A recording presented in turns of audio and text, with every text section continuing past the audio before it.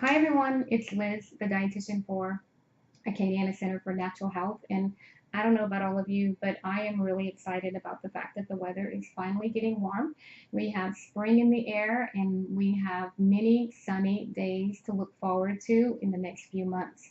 But I know for others, it may be a time of the year that's a little bit challenging because with the spring comes lots of pollen and things in the environment that the trees that are blooming or bringing that you absolutely have no control over.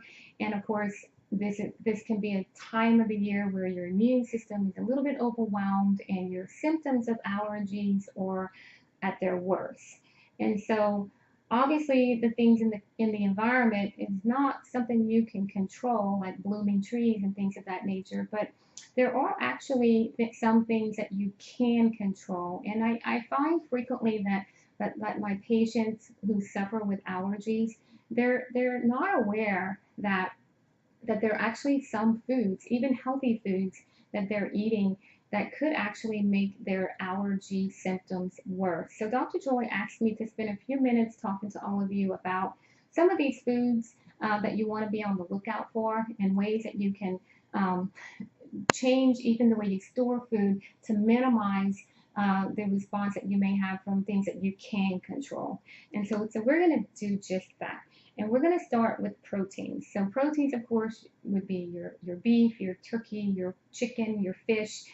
You want to make sure that when you're buying your fish and your beef and other proteins, that you're buying them in their freshest state.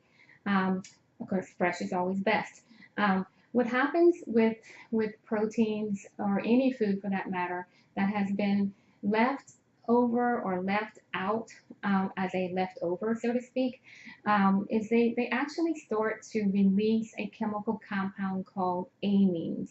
Now, amines are not naturally in your protein products, but or even in some of your other foods, but they are released over time, and they are and can make your symptoms of allergies worse. So kind of like a histamine response, so to speak.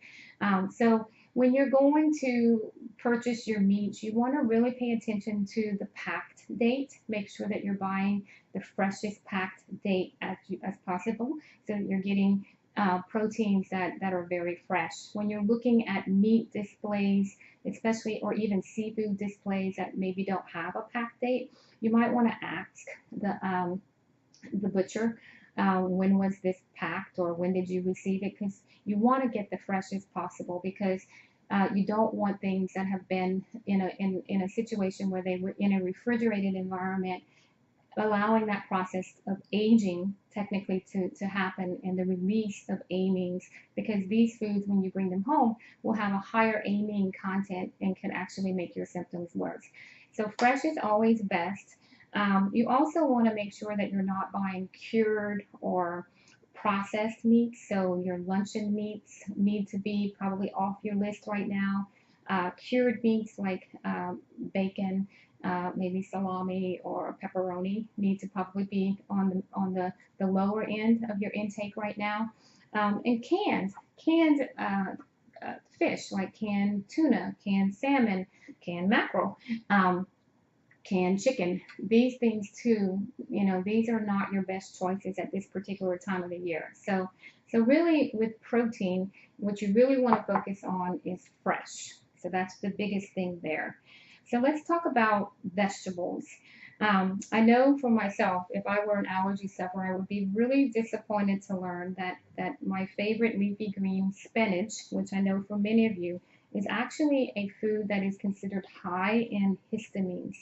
So this means that if you're consuming a lot of fresh leafy greens made with spinach leaves, you may actually be making your symptoms worse. So right now you might want to make your salads and dress your sandwiches with other leafy greens, not spinach, because spinach can actually, if you eat too much, could be making your symptoms worse.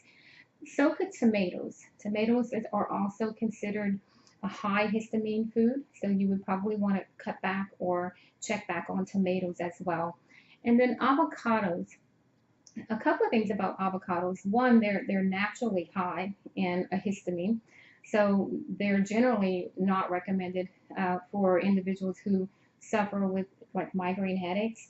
But they're such a wonderful fruit, vegetable. I'm not quite sure which one you want to put it in. It shows up on both lists in many of my literature. But it is naturally high in histamines. And one of the things that I would suggest that you make sure if you're going to continue to eat them through this allergy season is making sure you're not buying them overripe. You know how sometimes you can purchase them and that you almost can stick your finger in it. It's so ripe. The riper the avocado, the more histamine it will have, and which means that it would probably give you more trouble. Personally, though, if you're having a lot of trouble with your allergies this season, I probably would say eliminate them until the pollen settles down. Um, and the concept of making sure you're not buying them overripe kind of goes back to why you would not want to buy your proteins, um, you know, beyond a fresh date because as things age, again, they get more and more histamine and amine production in the food. So as if you're going to continue to eat them, I would make sure that they're not overripe. And so those are the vegetables that you might want to be aware of. Beans in general, white beans, red beans, pinto beans. So if you're eating a lot of bean soups or you're putting them on your salads for protein enhancement, um, and you're suffering with allergies, right now might not be the best time. So you might want to check on your bean consumption. Fruits, citrus. This actually, to me, is more problematic in the fall because we have a lot of our citrus trees blooming, and in the fall we have the same challenges as we do in the spring with allergies. But citrus, if you're eating a lot of oranges, pineapples, um, grapefruits, all the citrus, lemons, limes, these too can be histamine releasing foods and can make your allergy symptoms worse. Bananas, Bananas too, kind of like the same concept of avocado. They're naturally high in histamines. Allergy season may not be the best time to be, doing smoothies with bananas, especially with strawberries, because strawberries, as well as raspberries, are also two berries that could be possibly, if you're eating them in abundance, contributing to more of your symptoms. So as much as I love my berries, the red berries, I kind of, tell my patients you might be kind of aware that the red berries, like strawberries and raspberries, may be problematic for you at this particular point in time. But with bananas, getting back to bananas, they're naturally high in histamines. And again, you want to, if you're going to use them, you want to make sure that you're buying them when they're not too ripe, because the same concept of aging, like we talked about with avocados and with meat, applies to bananas. So when they're really spotty and they're really good for like making breads, they're actually they're actually way more higher in histamines and can really aggravate your symptoms. Now, I really like berries, so I want to make sure that you're going to continue to eat berries through this season. So I just wanted to call attention to the fact that the blueberries and the blackberries are not guilty of having histamine releasing properties. These are your lower histamine releasing property berries. So I'm a big proponent of berries, so I don't want to leave you without berries this spring. So just be aware that strawberries and raspberries might be problematic, but blueberries and blackberries are still thumbs up at this particular time. Nuts. Peanuts, they're nut butters, walnuts, pecans, nuts in general are going to be a little bit more problematic for you at this particular time of the year if you suffer with allergies. If you must have a nut, because I know that this is such a great snack, especially for those of us who are trying to eat more healthy fats, your macadamia nuts are your best choice at this particular time of the year. Now, I also want to talk about chocolate and cocoa. These two probably need to kind of be cut back on or kept in check through this season as well, because they too can release some sort of allergy-like response. And vinegars, not your white distilled vinegar, but your balsamic apple cider vinegars, they're more fermented, and so anything that's fermented or aged in the process will have a higher histamine releasing compound and presence, and therefore they could be contributing to your symptoms. And then finally, from the perspective of foods and beverages, this particular time of the year may not be your best time of the year for wine and beer. The same concept, things that are aged and things um, that are fermented all apply in this situation as well. And you know what? I did forget to speak about cheese. Uh, Aged cheese, that would be the same. We've said it more than once. Anything aged, anything that takes a fermentation process will possibly generate more allergy-like symptoms. So hard cheeses like cheddar, these would be a little bit harder for you during this time of the year. So you might want to stick with soft cheeses like mozzarella or ricotta or feta, these kinds of cheeses that are a little bit softer. They're less likely to generate those symptoms. And then I wanted to talk a little bit about um, leftovers and cooking techniques. A lot of my patients who deal with seasonal allergies or just allergies in general, they're always surprised to learn that leftovers greater than 2 or 3 days that's in the refrigerator could also be contributing to your symptoms for the very same reasons that we've said multiple times. It's an aging process. It's a release of these amine-like compounds in the food because of the fact that it's technically aging.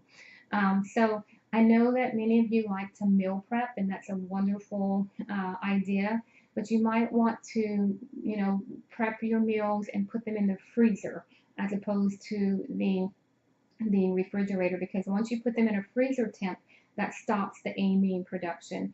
And if you have big batches of soup or gumbo or stews of some kind, instead of reheating them throughout the week, I would batch them up and put them in the freezer for the same reason.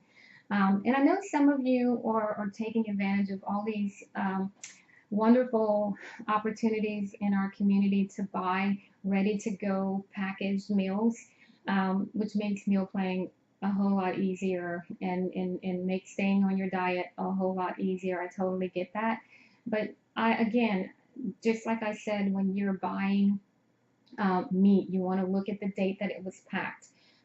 Even better, I would probably try to order it so that you're going pre-order it so that you're going to pick it up in its freshest state, and maybe not buy more than 2 or 3 meals at a time. But if you know that you probably need to for convenience, I would put them in the freezer.